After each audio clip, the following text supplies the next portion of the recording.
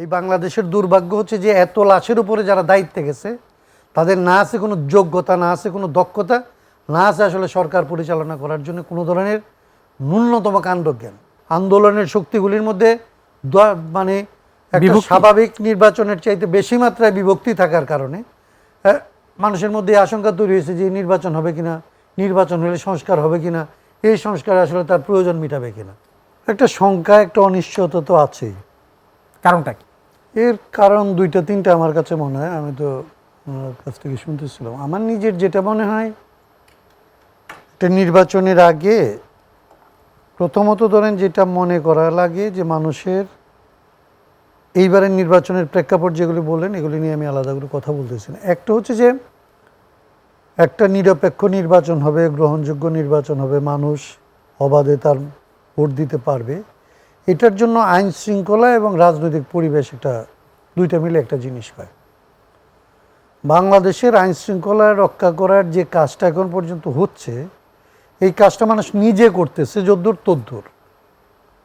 এদেশের মানুষ অসম্ভব ভালো বলে এখনো পর্যন্ত এখানে যদ্দূর আপনি আইন শৃঙ্খলা দেখতে পাচ্ছেন, এটা দেখতে পাচ্ছেন, এবং এটা তাদের স্ব উদ্যোগে মানুষ নিজেরা করছে।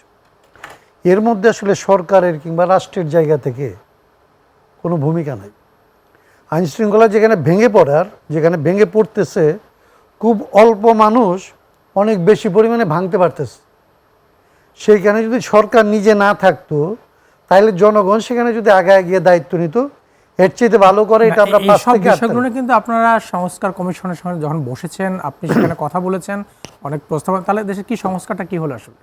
সংস্কার তো হয় নাই। সংস্কারের জন্য যে রূপরেখাটা কি করলেন আপনার? সংস্কারের একটা রূপরেখা, তাও একটা পার্শিয়াল রূপরেখা। এটা আচ্ছা, আপনি ধরেন সংস্কারের মধ্যে এই যারা যারা আমরা বসছিলাম তাদের ঐকমত্য কমিশন কি ঠিক করছে? ঐকমত্য কমিশন ঠিক করছে যে যদি এটা স্বৈরতন্ত্র থেকে দেশটাকে একটা গণতন্ত্রের পথে নিতে হয়, ন্যূনতম কোন কোন জায়গায় কতদূর মাত্রায় পরিবর্তন করা উচিত, না হইলেই হবে না, এরকম ধরেন একটা এরিয়া সে ঠিক করছে।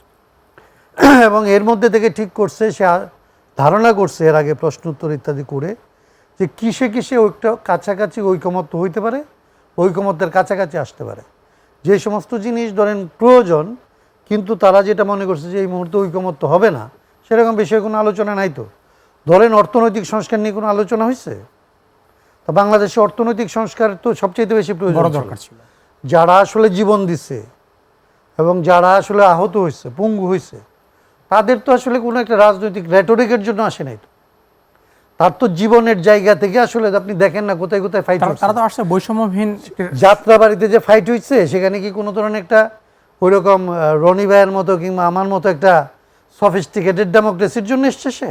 না, তার তো জীবনের একেবারে তার যে অর্থনৈতিক অধিকার, তার যে মর্যাদার প্রশ্ন, তার যে বৈষম্য, এটা নিয়ে কি আমরা সংস্কার কমিশনে কোনো আলাপ করতে পারছি? কোনো আলাপ এজেন্ডায় ছিল না। একটা এজেন্ডা ঠিক করা ছিল, এগুলির মধ্যে আমরা কিভাবে একমত হব। তাহলে এটা একটা ব্যাপার।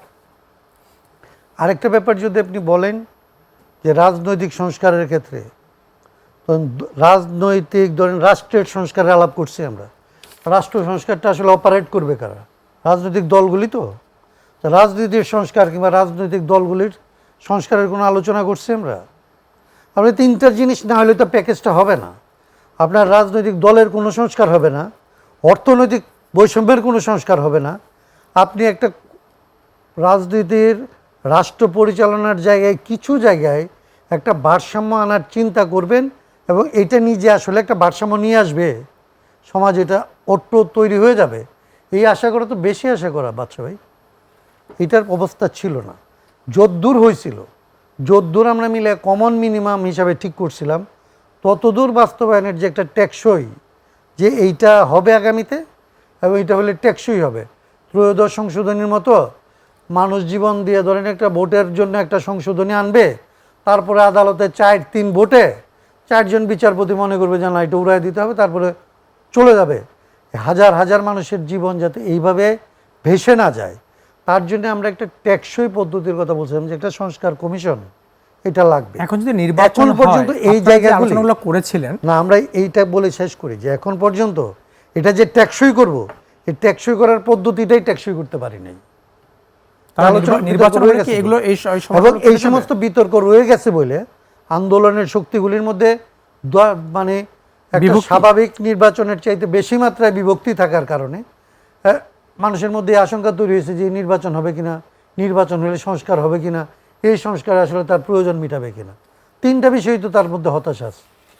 তো সেই জায়গা থেকে রনি ভাই যে উৎসব দেখতে চায়, যে বসন্ত দেখতে চায়, যে গাছের ভেতরে বাইরে পাতায় পল্লবে পাখিতে ফুলে পরিবেশে প্রকৃতিতে, সেটা তো হবে না।